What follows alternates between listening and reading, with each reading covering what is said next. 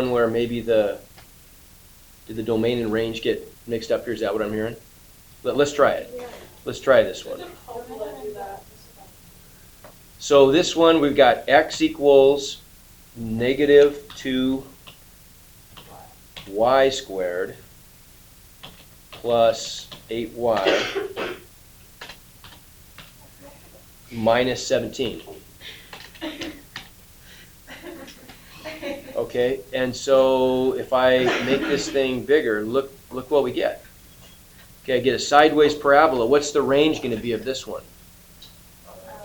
All reals. Yeah, it's going to be all reals. So there's my vertex, right? What's the domain going to be? X is less than or equal to negative 9. Everybody see that? Okay, because it's going to be everything to the left of that vertex, isn't it? Because domain will be the x values.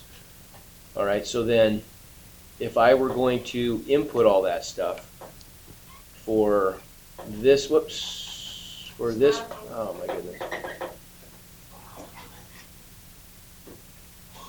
Is that where's the preview? That one. So if I were going to input these things, then it's not a function, right? No. It's not a function. False, it's not a function. The domain we said was x is less than or equal to negative 9. I'm going to see if this works.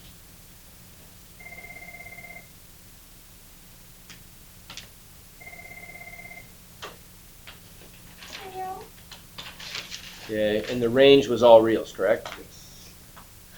So let's see if this is doing what it's. I'm wondering if this one got messed up. Okay, it's okay. So it has those mixed. I'll fix that. It's just I gotta just exchange. I got them in the wrong spots. See what happened? I'll fix that though. You don't have to redo it. I can just regrade it, and they'll give you credit for it if you did it correctly. Okay. Okay. What about stuff like? Remind me, did we look at something like, this last time? Yeah. Okay, right? So we know how to handle that. Just based on the graph, we could pick out a domain and a range? Okay. Okay, well, let's do this one. Is it because of sign? Because I got some pretty good friends when it comes to sign. No, I like to tell. What? All means no. What? You have to have it. Okay, so let's look at this then. So what's going to be the domain of this function? And you want to think about the projection of the function onto the x-axis to find its domain, right? Okay, so am I including the negative 9? No. No. Okay, good. So if I were to project this onto the x-axis, would everybody agree that these points right here are going to project up and end up right there with the hole? And then it's going to go to the right and it's going to end right there? That's the domain? Okay, good. So the domain would be all values. X is what? Greater than? Well, why don't we put it like in and form? Is that what you're asking? Yeah, Okay. yeah. So it'd be like negative 9 X is less greater than X. negative 9 and Less than or equal to 0. less than or equal to 0. There's the domain. Okay, good. Does that make sense? Okay, what about the range? Now, if I project that onto the y-axis, we'll get the range. It'd be like, is that So- negative 9 at the bottom? So that's gonna project over to there, right? Yeah. That's gonna project over to there, Negative 9. and so the range is gonna be y is Greater than negative 9. equal to? No. No. Okay, greater than negative 9 and less than 9. Okay, is it a function? No. Okay, now, what happens here? What happens if, let's say I change this graph, so I'm gonna fill in that point. That's the greater on the, Okay, what's that gonna do to my domain and my range? it can equal.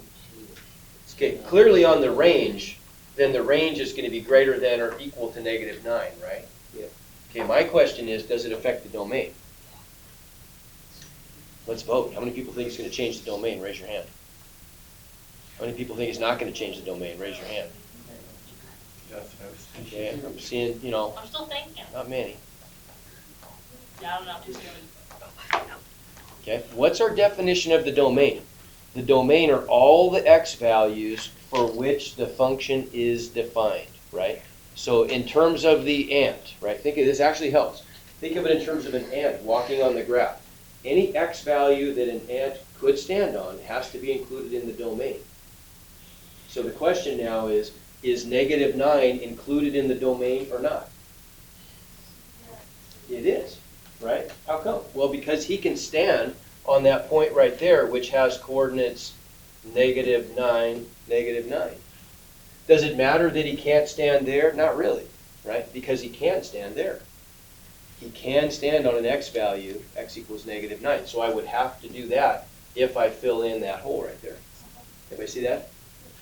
Okay, good. All right. So what about, Sean, it So we comes to the got- graphing calculator, just enter exactly what's on the question. It's exactly what you. yeah, yeah. And I showed you guys, we showed you the asymptote we looked at yesterday, right? Yeah. Okay. I think we're good on that stuff. How about the second assignment? I really don't. Okay, let's look at a couple sample problems then and make sure we're okay with that.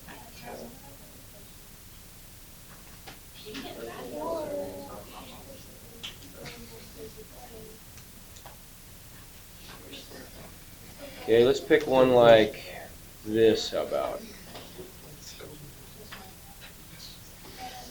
Okay, how do we interpret this, right? And I want, with you guys, I want to be very precise about our language too. I want you to talk like mathematicians.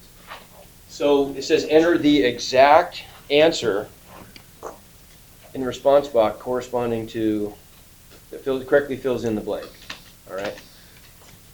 So my function here, there's how f of x is defined, right? F of x is defined as -x² plus 8x plus 1, okay? So that's you can think about a function as kind of an input-output machine. We're going to input some values, the function's going to whir and buzz and the motors will turn, and then it's going to spit out some output values. How does it know what output values to spit out? That's the equation that determines what the output values are, right? So in this case, I'm inputting a specific value of -0.4, right? What's the output value? What do I do? Plug it in. I just evaluate the function as -0.4, right? Now, even on the Desmos scientific calculator, I want to show you something pretty cool you can do here. I think you've probably seen this, but I want to show you again, just in case. I don't really want to bog you down doing a whole bunch of wasting your time doing a whole bunch of simple math that you know how to do. So make sure you can do the arithmetic, but once you know you can do it, don't waste your time. Use technology. So on either the graphing or the non-graphing calculator, I can define the function f of x equals -x² plus 8x plus 1. And now what do I do? You do like the add, parentheses and Good. the number. I can just do exactly what that says. I can evaluate the function at -0.4, and that's my answer. And if I want an exact answer as a fraction, there it is, -59/25. Either way will work in this case. That's a terminating decimal, and so it's exact. So -2.36. If it wasn't a terminating decimal, I'd have to use a fraction, wouldn't I? Because the decimal would be an approximation. Okay? But because it is terminating, it's an exact answer. Okay, make sense? So we can put it either way. Either way, yep. Okay, just wants it exact. So how about something like this? Oh. So wouldn't you just do the same? So, Active. yeah, I don't know. Okay, well, you can, right? It's defining a function for us. F of x equals, here's the recipe, right? That's the formula that goes with f of x that determines the outputs for every input. So what is this really saying down here? F of 5.9, that's a number. Everybody agree? Just like pi is a number. You know, it's a number. It's not written specifically as like a decimal in this case, but it represents a number. When I input a number into this function, it's going to spit out an output number, right? So really all I'm doing is subtracting the number f of 5.9 from -3. Notice how I said that. You say f of, because this, we would say this f of x, wouldn't we? That's how we say a function. F of x equals whatever. In this case, it's some absolute value function, okay? It's not f times x, is it? It's f of x. This is, when we write it using this type of function notation, this is the space where we're putting the input values into this thing, right? That's what that means. So when we evaluate it at a specific place, we're saying f of 5.9, okay? So -3 minus f of 5.9 is exactly what our calculator is going to tell us it is when we define f of x and then we plug that value in, right? It's just going to plug in 5.9 and it's going to calculate what is 4 times 5.9 minus 2 times 5.9 cubed, absolute valued, right? Taking the absolute value of that whole quantity. Okay? Get the idea? I'm confused because of the So we -3. can use these things in expressions, right? Like in calculus today, here's what we did today. We started talking about difference quotients. So we did, and you guys will see this in a couple of years. We'll be doing the same thing. We were calculating slope of tangent lines by taking the limit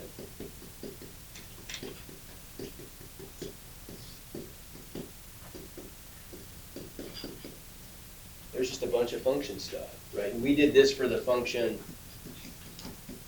f of x equals 1/2 x squared minus x plus 2, I think it was. That looks pretty complicated, doesn't it? But it's not. It's no big deal.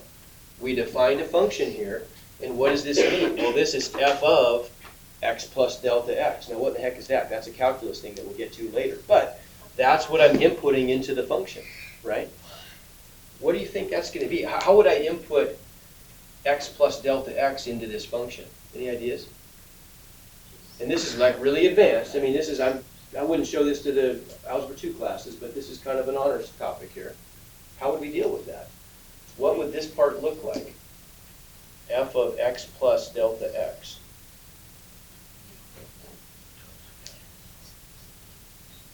Yeah, now what's this telling me? F of x is telling me every place I have an x, I'm going to do this to it, right? If I plugged in f of 3, you'd know what to do. If I plug in f of 3, I would just get 1/2 times 3 squared minus 3 plus 2, right? And get me some answer. Agreed? What if I put in f of a? What am I inputting for x this time? So what am I going to get?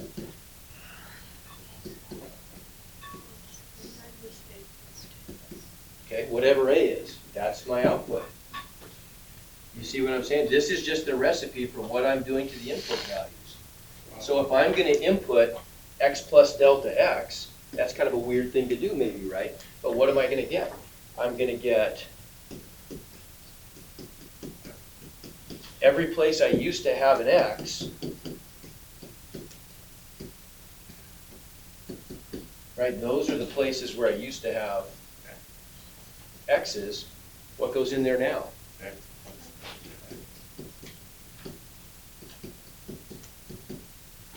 Right? That's it. That's what f of x plus delta x would look like. Okay? Why are we doing that? Well, you'll see in a couple years.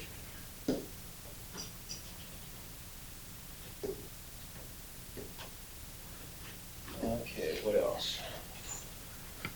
So wait, what's it called? The negative tax Say it again. The negative 3 tax division? Okay, so the -3, if I want to evaluate this expression right here, -3 minus f of 5.9. F of 5.9 is going to be whatever number I get when I plug 5.9 into my function. Oh, and then you just. And then I'm just going to subtract that from -3.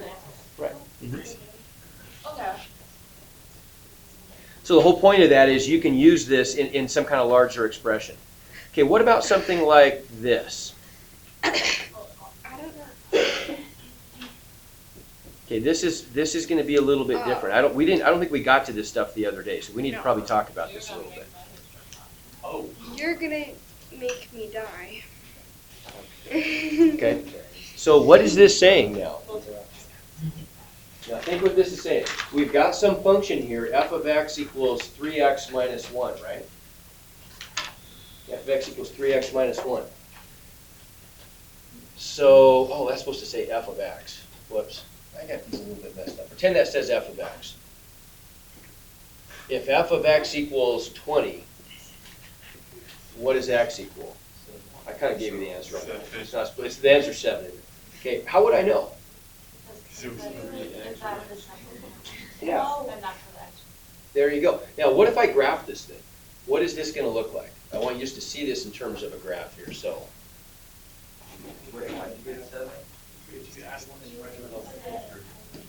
Yeah. Oh.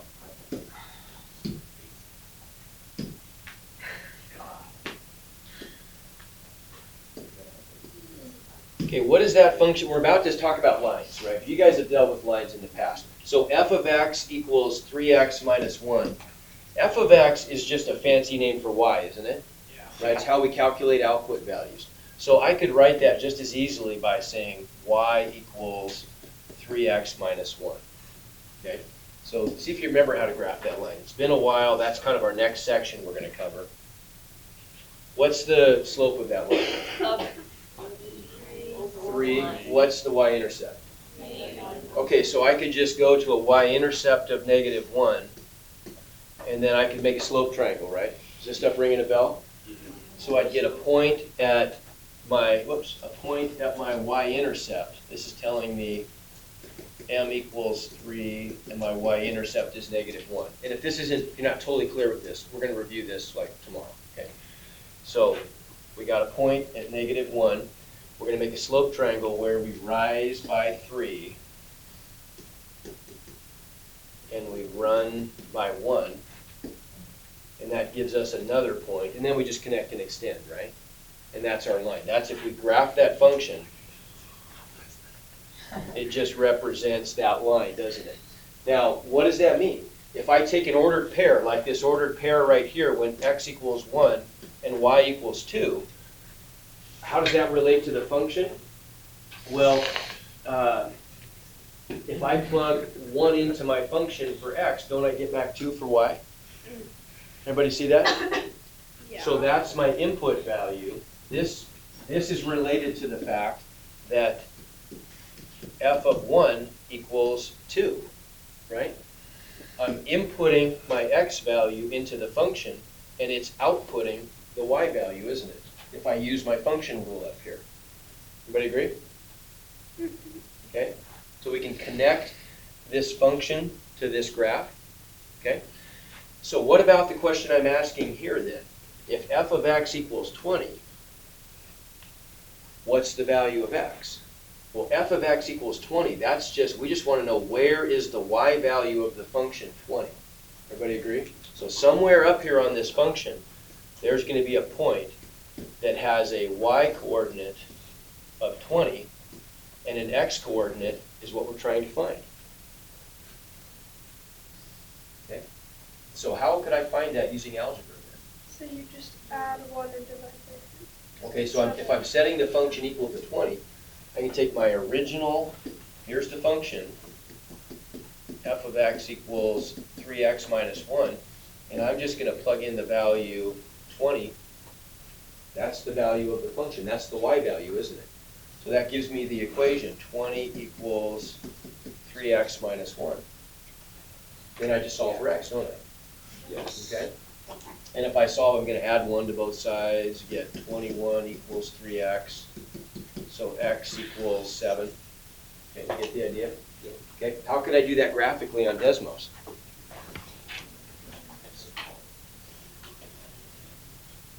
Okay, if I use the graphing utility on Desmos, you're going to learn to use this really well. This is a really powerful tool. So let's make a new function. Let's make the function f of x equals 3x minus 1. Okay, there's my function. right? And I want to know the place where y equals 20, right? So I could come down and I could graph a line. What does the line y equals 20 look like?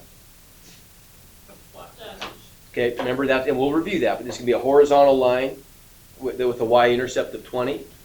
So if I graph y equals 20, it just looks like that. If I want to find the solution then, if I want to solve this equation, where does f of x equal 20? Couldn't I just go on to Desmos? And if I click on either one of those lines, look, what do you think that is right there?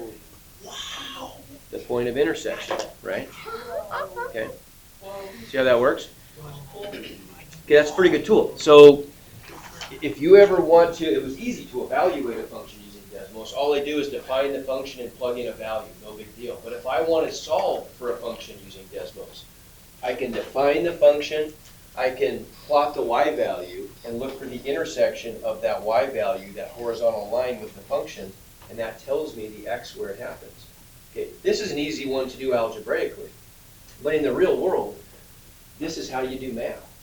Like as an engineer, this is how we would solve equations. You're not going to, if it's some bizarre equation, you're not going to take the time typically to do the algebra. You're going to rely on technology to graph the functions, and then you just look for the intersections, and those provide the solutions to the equations, right? Okay, so that's in the real world. That's how we do it. All right. Okay, what else? Okay, and then finally, there are a couple down here at the bottom, and this is just kind of introductory stuff. But what about something like that? Now, we already kind of talked a little bit about this. Can you tell me, how am I going to deal with that? If f of x is x squared plus 6x plus 3, what's f of a? Well, what would f of a be? Yeah, I'm just throwing that out there. F of x is x squared plus 6x plus 3. Let me make that bigger. Say it again. F of a is a squared plus 6a plus 3. What's f of hand?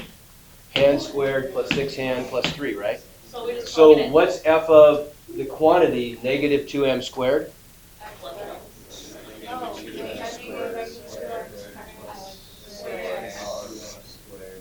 There it is, right? Okay, so every place where we have an x, we're going to replace it with that whole quantity and then just simplify, right? Okay? So we'd end up with the quantity, all that stuff squared, plus 6 times that quantity plus 3. No, I am. so you just write that? And, okay, so now, how do you simplify this, though? Because here's an issue, this maybe requires a tiny bit of review. How do I square out something like negative 2m squared? I don't know. Would it be like So it's going to be, when I square something,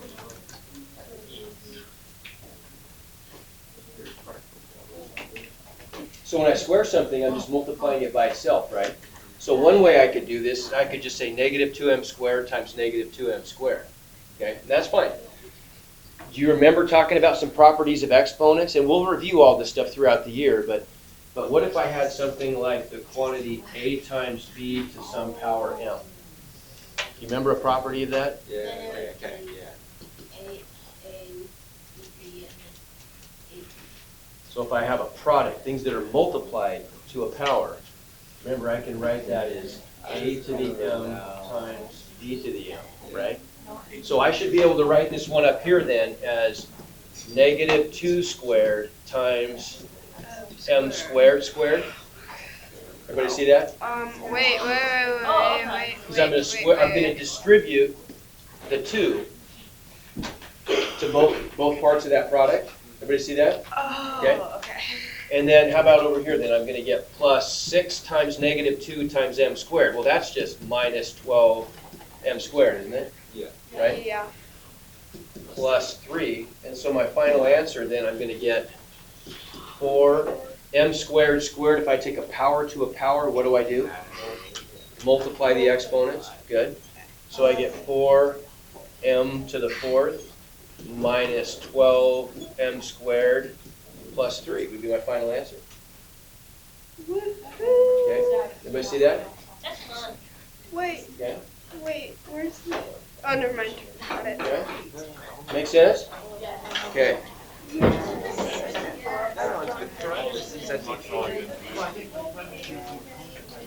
That's